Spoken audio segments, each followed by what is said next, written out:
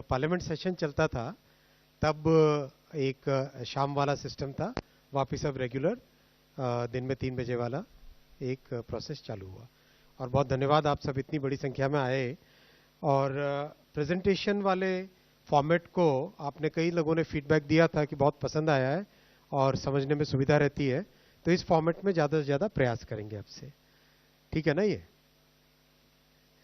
चालू करते हैं। आज आपने देखा माननीय प्रधानमंत्री श्री नरेंद्र मोदी जी ने देश के सामने बड़े फैसले लेने का और हिस्टोरिक थर्ड टर्म में जो कई बड़े फैसले लिए हैं, एक छोटी सी समरी केवल इंफ्रास्ट्रक्चर से रिलेटेड प्रोजेक्ट्स की।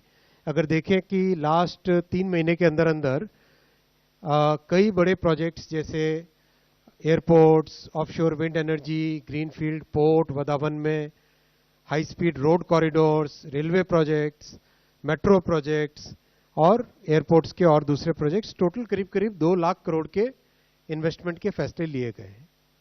इसी कड़ी में आज बहुत ही महत्वपूर्ण फैसले लिए गए जो रोजगार को और जो मैन्युफैक्चरिंग से रिलेटेड एक्टिविटीज हैं उनके ऊपर उनका मेजर इंपैक्ट होता है।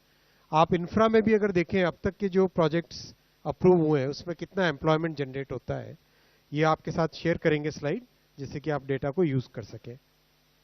आज बहुत बड़ा मेजर एक फैसला लिया गया है मैन्युफैक्चरिंग के लिए 12 इंडस्ट्रियल स्मार्ट सिटीज।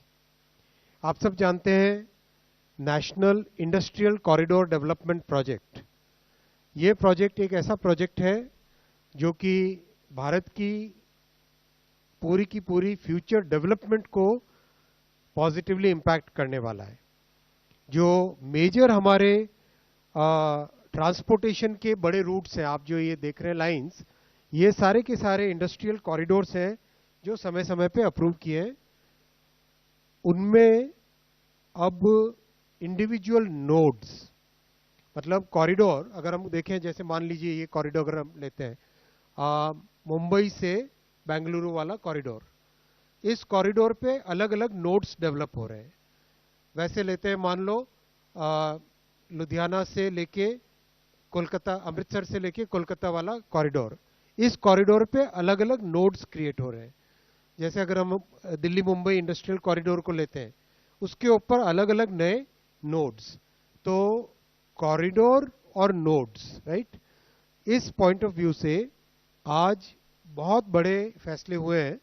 12 नए industrial areas, 12 new industrial areas on the industrial corridors. ये 12 नए इंडस्ट्रियल एरियाज कंबाइंड, इनमें इन्वेस्टमेंट सरकार की तरफ से आएगा 28,602 करोड़ का, 28,602 करोड़ का। और once these corridors and nodes are developed, उसमें इन्वेस्टमेंट पोटेंशियल है 1.5 लाख करोड़, 1,52,757 करोड़। और करीब करीब 10 लाख एम्प्लॉयमेंट का इसमें पोटेंशियल है। बहुत ही इंपॉर्टेंट प्रोजेक्ट्स हैं ये। इन प्रोजेक्ट्स की यहाँ पे डिटेलिंग आपके सामने रखी, मैं इंडिविजुअल प्रोजेक्ट्स का आपके सामने एक एक करके रखूंगा। एक तरीके से आप देखें तो there is a grand necklace around the entire country.